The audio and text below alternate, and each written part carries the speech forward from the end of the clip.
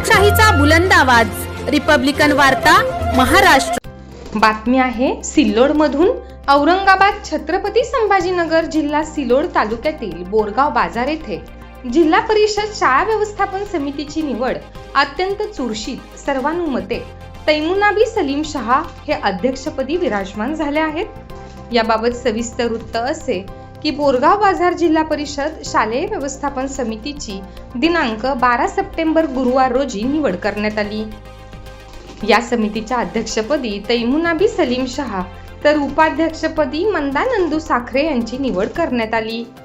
तसेच सदस्य म्हणून हनीफ शेख, सीमा शरद वानखेडे, प्रमोद लिंबाजी चव्हाण, ज्योती किशोर वडोरे, आजीनाथ सांडू दांगोडे, अनिता सुनील मोरे, सलीम जाहेद शहा यांची निवड करण्यात आली। यावेळी बोलताना नवनिर्वाचित अध्यक्षा तैमुनाबी सलीम शहा यांनी सांगितले की आम्ही सर्व समितीचे पदाधिकारी सदस्य शाळा विकासासाठी सर्वतोपरी प्रयत्न करू।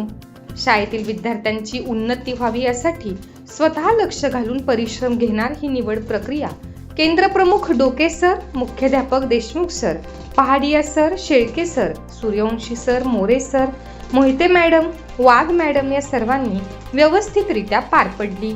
तर या सर्व नवनिर्वाचित अध्यक्षा, उपाध्यक्षा व सदस्य यांचे बोरगाव बाजारचे सरपंच सत्तार बागवान, उपसरपंच दत्ता चव्हाण, नंदू चव्हाण, लक्ष्मण साखरे, सत्तार शहा व इतर सर्वांनी स्वागत केले।